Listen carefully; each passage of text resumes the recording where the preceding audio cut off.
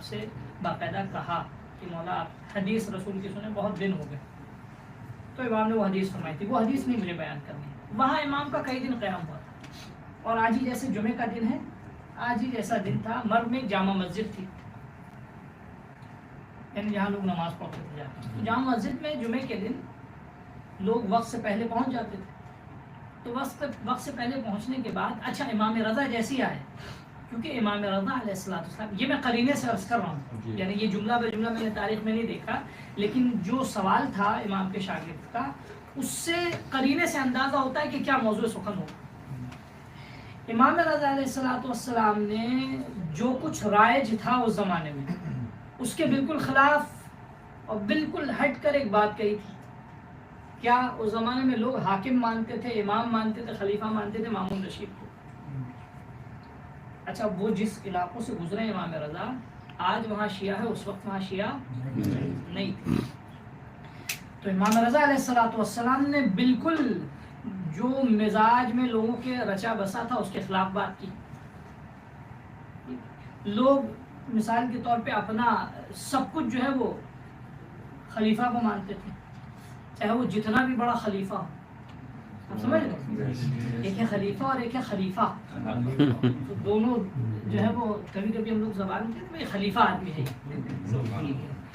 تو وہ جو لوگوں کے درمیان میں وہ جو خلیفہ تھا، ٹھیک ہے، اس کو سب کچھ سمجھتے تھے کیونکہ بہت بڑا خلیفہ تھا.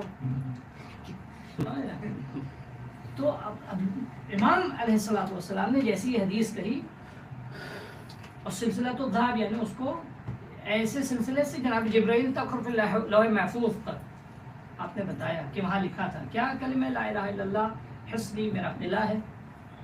اور جو بھی یعنی روایت بھی جو بھی جس کا زبان سے آخری کلمہ نکلتا ہے لا الہ الا اللہ فدخل الجنہ، مرنے سے پہلے اگر کوئی یہ کہتا ہے ٹھیک ہے تو اس پہ جنت واجب. جو شخص بھی ایک ہے، البتہ ہر شخص کہہ بھی نہیں پاتا. جس شخص کی زندگی اچھی ہوتی ہے اسی شخص کی زبان سے لا الہ الا اللہ نکلتا ہے. تو امام نے کہا جس نے لا الہ الا اللہ کہا وہ میرے عذاب سے محفوظ ہے، کیونکہ خدا کہہ رہا ہے، حدیث قدسی ہے.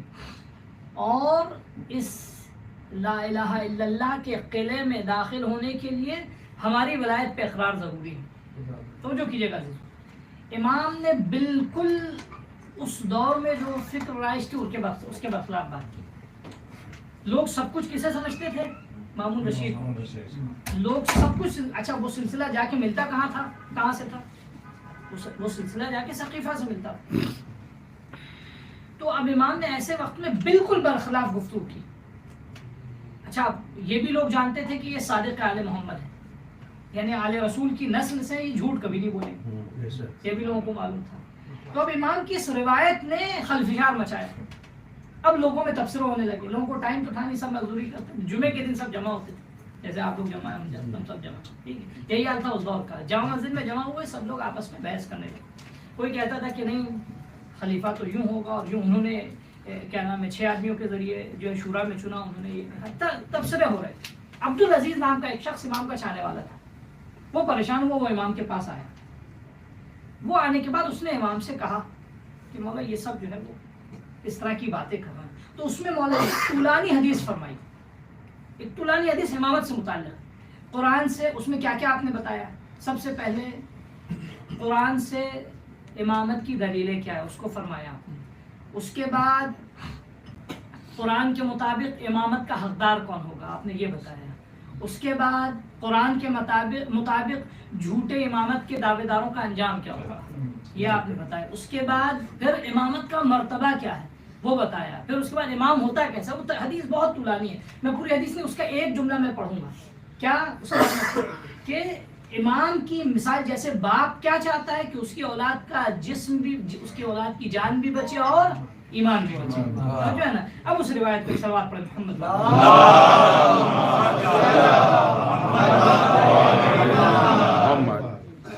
امام فرماتے ہیں، امامت کی وضاحت کرتے کرتے امام پوری تفصیل لیتے ہیں. کیا فرماتے ہیں امام؟ سنیے.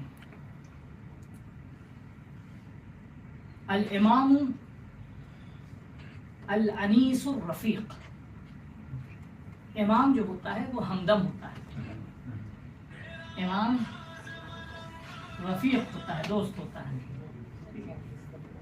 والوالد الشفیق، امام شفیق باپ ہوتا ہے. میں نے کہا نا آپ کی خدمت میں عرض کیا، امام کیا ہوتا ہے؟ والوالد الشفیق، شفیق باپ ہوتا ہے. والاخ الشفیق، امام شفیق بھائی ہوتا ہے. ایک بھائی کو اپنے بھائی سے اتنی محبت ہوتی ہے، ٹھیک ہے. والام البرۃ بالولد الصغیر،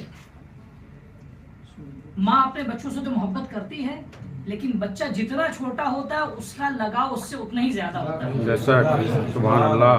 بچہ اگر آغوش میں ہے تو ماں اس کا زیادہ خیال رکھتی ہے، اس کو زیادہ درد ہوتا ہے، اس کی ہلکی سی آواز پہ ماں تڑپ جاتی ہے. امام فرماتے ہیں کہ امام کی مثال اس ماں کی ہے کہ جو اپنے چھوٹے بچے کو اپنی آغوش میں لیا ہے.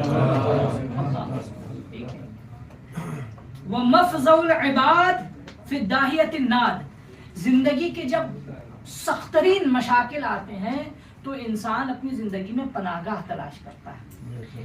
امام ان سخت ترین مشاکل میں اللہ کے بندوں کے لیے پناہ گاہ ہے. پھر فرماتے ہیں الامام امین اللہ فی خلقہ، امام اللہ کا امین ہے مخلوقات کے درمیان. وحجتہ علی عبادہ، اللہ کی دلیل اور حجت ہے اللہ کے بندوں کے درمیان. وخلیفتہ فی بلادہ، اللہ کی اس مملکت میں اللہ کا خلیفہ ہے. والداعی الی اللہ، اور اللہ کی طرف لوگوں کو بلانے والا ہے.